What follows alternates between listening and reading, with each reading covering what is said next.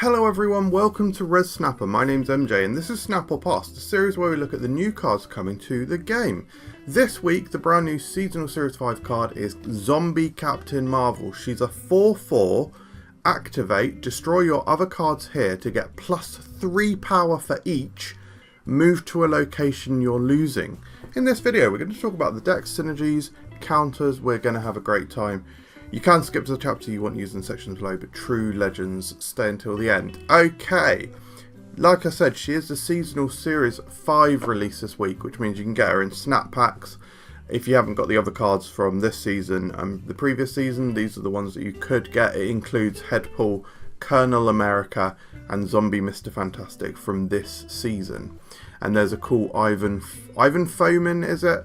Variants for all of these zombie cards, and yeah, some of them are really nice. I'm not a massive fan of this one, to be honest, but hey, that is the joy of life and art. Different pieces of items, of art and other things appeal to different people. That's a very famous phrase. Right, let's talk about the mechanics for this card. I think she's freaking awesome. I think she's a very interesting new destroy piece. But I do think she might fit into other decks as well. For example, Galactus decks. She is clearing out a location, literally destroying the cards there, and then moving away from it. So think about a kind of deck where maybe you would play something like, I don't know, Jean Grey and Goblins. You're kind of like forcing them to fill up a location.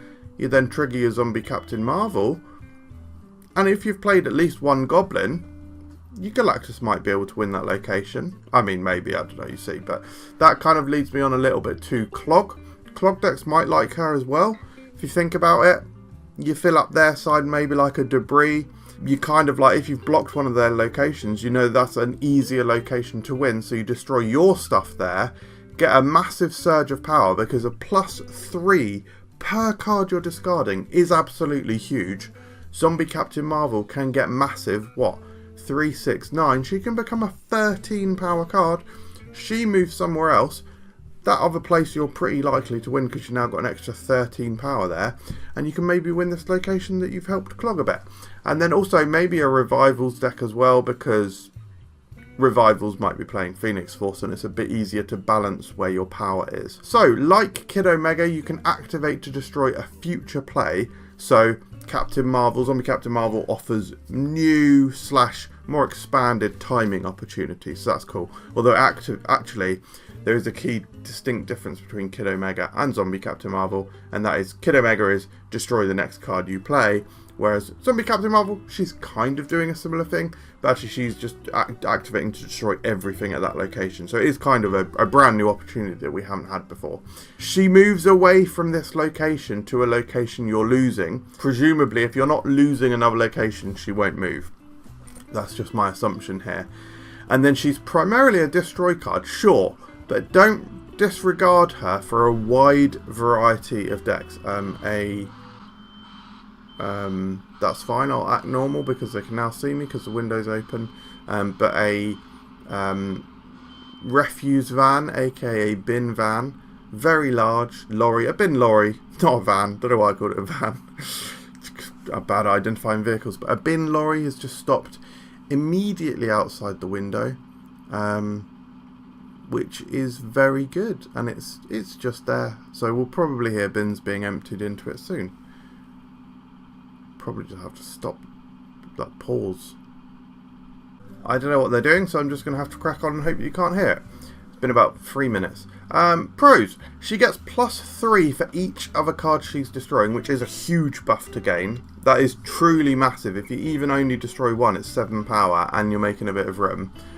There aren't many normal destroy other cards here cards, so she's more consistency for destroy, especially for cards you want to keep destroying, like Wolverine. Although, having said that, it might be a little bit difficult lining up Zombie Captain Marvel to the location where like Wolverine and X-23 are, and like it basically means you might have like this downturn in between where you're setting up Zombie Captain Marvel. Of course, the second I start talking is when they start putting the bins into the actual unit. The lorry has been stationary there for, like I say, about 3 minutes. It is going now. good. No, it's pulled off and then reversing. Cool. It just I can't get the words out because I'm in shock. It just left in the direction it came from. We live on a corner. It didn't come to our house to make noise for several minutes and then just drive off in the zone. That felt pointed. Yeah. And she can destroy 5-cost cards played on turn 5, like Nimrod and Black Panther. That really is almost like one of the biggest, most incredible benefits to her. In fact, her synergy with Nimrod is just absolutely fantastic. So yeah, that's one of the things I'm really looking forward to. However, she does have some downsides. Cons, you might not want her to move. If you are clearing out a location and then she moves, and then this is happening on basically turn 5 or turn 6, it might well leave you with no power at that location. So that is kind of interesting and sticky. If you're losing 2 other locations, you can't control which one she'll move to. So she has this slight, like inconsistency to her, especially if you're really far ahead on one of the locations. She might just literally go to the one that you're desperate that she doesn't go to. And finally, as a high cost activate card, she'll feel bad if you draw her towards the end of the game. Sorry, I stumbled over saying that. Especially as even if you draw her on turn 5, she's going to maybe clear a location out. So this like inherent power of her, you need to maybe find a way to turn it into a strength. Possibly. Anyway, the counters to her include Shadow King can reduce her power a lot. Sorry, that was me pondering because I made these slides so far in advance. I've still got Shadow King as a 2/2. And Armour, who will just stop the cards from being destroyed, of course, which inherently, yes, you have to destroy the cards in order for Captain Marvel to move. She will not move if you don't destroy the cards. And then the synergies for her, though. Nimrod, already spoken about this. Playing Nimrod on 5 into Zombie Captain Marvel on... Sorry. Playing Zombie Captain Marvel on 4 into Nimrod on 5. You destroy straight away. The Nimrods go to the other locations. And then, presumably, if they're not full, Zombie Captain Marvel will follow and go to one of the other ones. Are you going to have priority in that situation? Maybe difficult to control. Remember, Zombie Captain Marvel is going to a location that you don't necessarily know, so it could be either of the other 2 if you're losing both. Hang on, you might be winning both other locations and then she won't move. That weirdly sort of makes her even better. And then of course Galactus, she's clearing out a location and moving, so I think that could be cool for Galactus. And finally, Death. Enough said with that.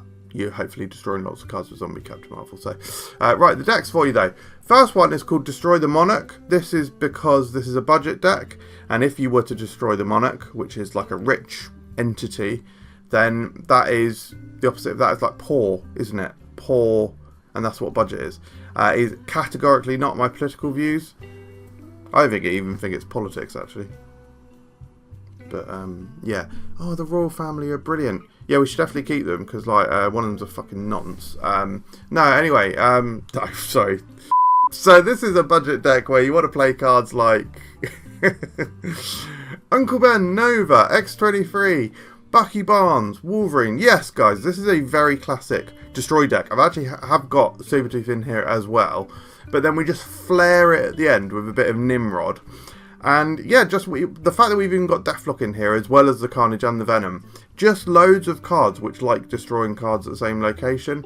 Cards that generate bodies, like the Uncle Ben and the Bucky Barnes. So yeah, that's all actually kind of making it less likely that you'll be losing another location, and so maybe Captain Marvel won't even move. But even if Zombie Captain Marvel does move, at the end of the game, you're still going to have enough energy to play maybe a Death and a Venom on your Wolverine location. That might be the Zombie Captain Marvel location. Yeah, no null in here, because I just thought we'll go like old school classic. Yeah, we'll see. It's a budget deck. It could be fun. I mean, it's Destroy. It's bound to be possibly alright with a little Nimrod flare in there. However, this one I think is a bit more interesting. This is called Forceful Moves. It is a Premium Plus deck. We have got the Super Premium Plus card. Super Premium Plus Plussy card that came out this month, along with just lots of other Series 5 cards like Zombie Captain Marvel, of course, Kid Omega. Actually, well, hang on, is this Premium Plus? Galactus, Nimrod, Zombie Captain Marvel, Headpool, oh, Kid Omega. Oh, it's pretty close. I'm not sure it is quite Premium Plus, but it's pretty close. Anyway, guys, you do your destroys. Hopefully you do tick off your Nimrod, and hopefully that's been hit by Headpool a couple of times. You get down the Zombie Captain Marvel with a buffed up Nimrod. You activate, you're destroying everything all over the show, and then you can either literally Galactus, or, because you've got X23 in here, you can do an early Galactus as well if you can pull that off. If you can, then you like Null and Death. That's how you win one way. Or you do your classic like Venom, early Null on Zola line.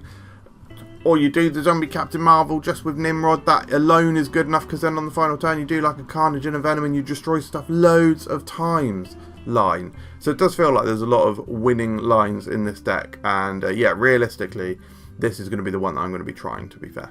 So overall, I do think that Zombie Captain Marvel is a 4-star card. She is very interesting with her timings, and her ability to generate that power is just massive. Like the +3 for destroy, when bearing in mind Deathlock just destroys card, and you're happy to play Deathlock. You're happy to get just the inherent benefit of destroying cards.